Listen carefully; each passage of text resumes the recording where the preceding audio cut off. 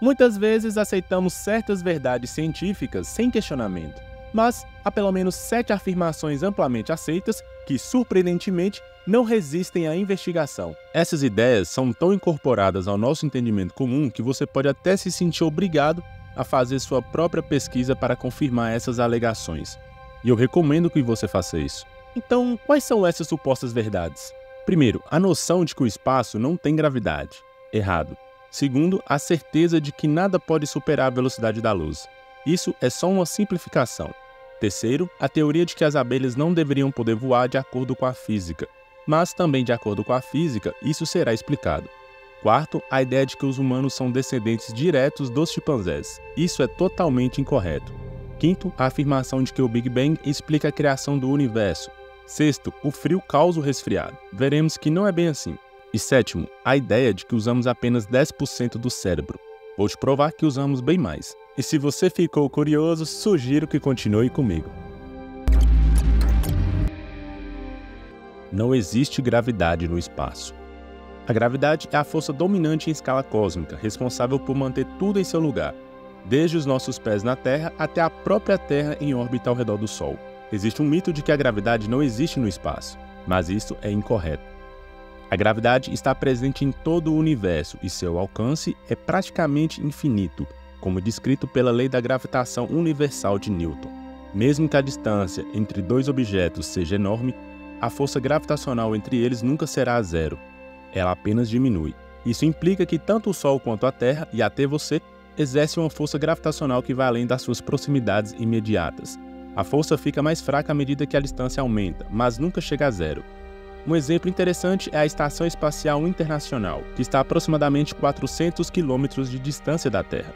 Lá, a gravidade é cerca de 90% tão forte quanto na superfície terrestre. Você pode se perguntar por que, então, os astronautas flutuam na ISS. A resposta está na forma como a gravidade atua em objeto em movimento orbital. Os astronautas e a estação estão em queda livre ao redor da Terra, movendo-se lateralmente tão rápido que continuam a errar a Terra. Nessa situação, não há nenhuma força externa empurrando ou puxando os astronautas, então eles não sentem peso. Além disso, a influência gravitacional se move à velocidade da luz. Isso significa que somos afetados pela gravidade de tudo que é visível para nós. Contudo, como o universo é mais amplo do que a parte que podemos ver, existem áreas cuja influência gravitacional ainda não nos atingiu, já que a luz dessas áreas também ainda não chegou até nós. Velocidade da luz como limite universal. Há um grande mal-entendido que nada pode ultrapassar a velocidade da luz, mas a física não afirma exatamente isso. De acordo com a teoria da relatividade de Einstein, partículas sem massa devem se mover à velocidade da luz, e objetos com massa precisam de uma quantidade infinita de energia para alcançar essa velocidade. Assim, você pode chegar muito perto da velocidade da luz, mas não atingir. Importante destacar que informações também não podem viajar mais rápido que a luz, para manter a causalidade intacta. Porém, o espaço-tempo pode expandir-se mais rápido que a velocidade da luz. Isso é acreditado ter acontecido durante a época da inflação cósmica do universo primitivo, explicando várias características observadas hoje, como a uniformidade do fundo de micro-ondas cósmico. Existe também o fenômeno da velocidade de grupo da luz, onde um pulso de luz pode, em certas condições, parecer viajar mais rápido que a luz. Imagine um pulso de luz composto por várias frequências. O pico ou bump desse impulso pode, em certos materiais, viajar mais rápido que a velocidade da luz no vácuo, conhecida como C. Isso acontece devido a um fenômeno chamado dispersão anômala. Contudo, é crucial entender que a borda principal do pulso, que carrega as informações, ainda se move à velocidade c. Segundo a teoria da relatividade especial de Einstein, informações não podem viajar mais rápido que a luz no vácuo sem violar a causalidade. Enquanto a luz e até mesmo o espaço-tempo podem apresentar comportamentos que, superficialmente, parecem contrariar a velocidade constante da luz, as leis fundamentais da física, incluindo a preservação da causalidade, permanecem intactas. Abelhas não deveriam voar. Agora vamos à ideia de que abelhas não deveriam voar. O engenheiro concluiu que, com base nas regras da aerodinâmica, um zangão não deveria ser capaz de voar, pois sua estrutura não permitiria uma força de sustentação adequada. Esta noção remonta a um estudo de 1934, realizado por Antoine Magnion, um zoólogo e engenheiro aeronáutico francês, que fez cálculos semelhantes e chegou à mesma conclusão. Mas a realidade é que as abelhas voam, e o mistério persistiu por mais de 7 décadas. Pesquisadores da Caltech e da Universidade de Nevada finalmente resolveram o enigma nos anos 2000. O erro nos cálculos originais estava no pressuposto de que as abelhas voam como pássaros, cujas as asas apenas geram força de sustentação no movimento descendente. Contudo, as abelhas têm um estilo de voo único. Elas batem suas asas para frente e para trás, não para cima e para baixo. Esta ação, combinada com a alta velocidade de batida das asas, gera força de sustentação suficiente para mantê-las no ar. Esse mecanismo pode ser parcialmente entendido se você tentar flutuar na água, movendo suas mãos rapidamente para frente e para trás. Ao fazer isso, você notará que a mudança de ângulo de suas mãos ajuda a criar uma força de sustentação em ambos os movimentos, evitando que você afunde. Este princípio é também aplicado em certas técnicas de natação. Humanos descendentes de chimpanzés. Permanecendo na esfera biológica, um equívoco frequente é a noção de que os humanos são descendentes diretos dos chimpanzés. Na realidade, humanos e chimpanzés são mais como primos, compartilhando um ancestral comum que existiu entre 6 e 8 milhões de anos atrás. Esta ancestralidade comum foi bifurcada em diferentes direções evolutivas, provavelmente impulsionada por mudanças ambientais em locais distintos. A evidência mais contundente dessa relação está no fato de que quase 99% do nosso DNA é idêntico ao dos chimpanzés, fazendo deles nossos parentes vivos mais próximos. O registro fóssil mostra que ao longo de milhões de anos, ambos os humanos e chimpanzés desenvolveram-se através de várias etapas evolutivas e ramos intermediários. Os Homo sapiens, nossa própria espécie, surgiram há apenas cerca de 300 mil anos e evoluíram de uma outra espécie humana chamada Homo heidelbergensis. Além disso, coexistimos com outras espécies humanas, como o Homo erectus, durante milhares de anos, mas somos a única espécie humana remanescente hoje. É importante esclarecer que, no contexto científico, teoria não é uma mera especulação, é uma explicação fundamentada em evidências e dados coletados. E a teoria da evolução é o alicerce da biologia. Estou deixando aí no card um vídeo onde explico melhor a diferença entre teoria e lei. O Big Bang explica a criação do universo. A teoria do Big Bang é muitas vezes mal interpretada como explicação para a origem ou criação do universo. No entanto, essa teoria não aborda como o universo foi criado ou de onde ele veio. O que ela realmente faz é descrever a evolução do universo a partir de um estado inicial extremamente quente e denso, até o universo expansivo que observamos hoje. Essa teoria detalha fenômenos como a formação de prótons e nêutrons e sua subsequente fusão para criar átomos, descrevendo o universo em expansão desde seus estágios iniciais. Ela é respaldada por várias evidências empíricas, como a observação de radiação cósmica de fundo em micro-ondas e as proporções de elementos primordiais, como hidrogênio e hélio, que correspondem às previsões teóricas.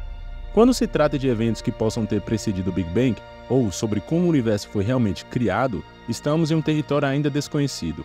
Inclusive, o conceito de tempo antes do Big Bang é problemático, uma vez que se considera que o tempo também teve seu início com o próprio Big Bang. A validade da teoria do Big Bang é corroborada por observações que mostram o universo em expansão e outros fenômenos previstos pela teoria.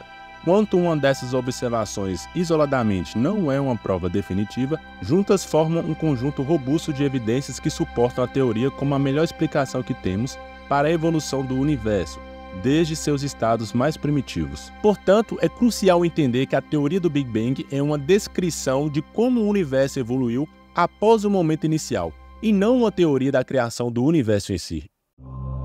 O frio causa o resfriado. A ideia de que o clima frio traz resfriados é uma crença que vem nos acompanhando por gerações. Essa ligação vem de tempos bem antigos, chegando até o período de Hipócrates, que pensava que o frio, especialmente o tempo úmido e frio, poderia nos deixar suscetíveis a resfriados e outros problemas respiratórios.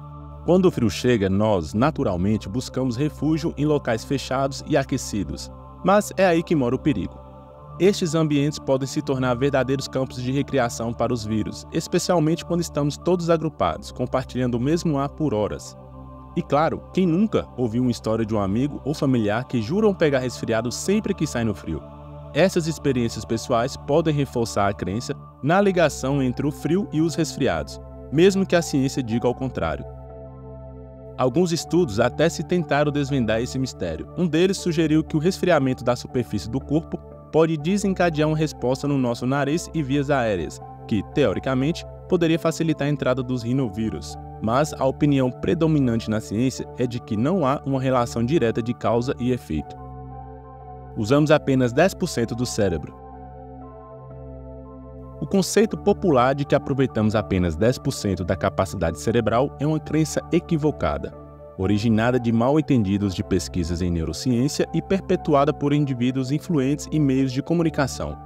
O erro inicial ocorreu em 1936, quando o autor estadunidense Lowell Thomas atribuiu indevidamente essa afirmação a William James, um renomeado psicólogo e escritor. Embora James tenha observado que as pessoas utilizam apenas uma fração do seu potencial mental, ele nunca estabeleceu uma porcentagem específica. Seu comentário foi distorcido e transformado em uma declaração errônea sobre o uso de 10% do cérebro. Parte do motivo pelo qual esse equívoco se mantém é o seu apelo emocional. A noção de que temos vastas reservas de capacidade cerebral inexplorada é atraente, já que sugere que cada um de nós poderia ser significativamente mais inteligente, mais criativo e mais habilidoso se conseguíssemos desbloquear esses recursos ocultos. Entretanto, a realidade é mais fascinante e complicada do que essa simplificação.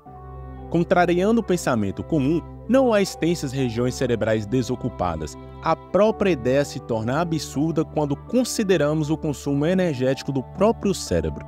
Em sintonia com a complexidade da função cerebral, nosso cérebro opera de maneira a maximizar a eficiência energética. Apenas uma fração das células neurais está ativa de uma só vez, variando entre 1 e 16%. Uma estratégia similar à de uma usina elétrica que descobre um número ótimo de máquinas para operar simultaneamente, a fim de alcançar a máxima eficiência. Essa otimização de atividade celular não significa que estamos usando apenas uma pequena parte do cérebro, mas sim que o cérebro trabalha de forma inteligente para economizar energia e ainda assim desempenhar suas funções de maneira eficaz. Essa abordagem econômica de gerenciamento de energia é uma das razões pelas quais a multitarefa é tão desafiadora. O cérebro não está projetado para ser multitarefeiro, mas sim para operar de forma eficiente. E se você quer saber mais sobre o tema, eu fiz um vídeo que explica em detalhes, confere aí no card. Então, me diga o que você acha de vídeos sobre mitos da ciência como esse. Gostaria de ver mais vídeos assim? Comente aí abaixo. Muito obrigado.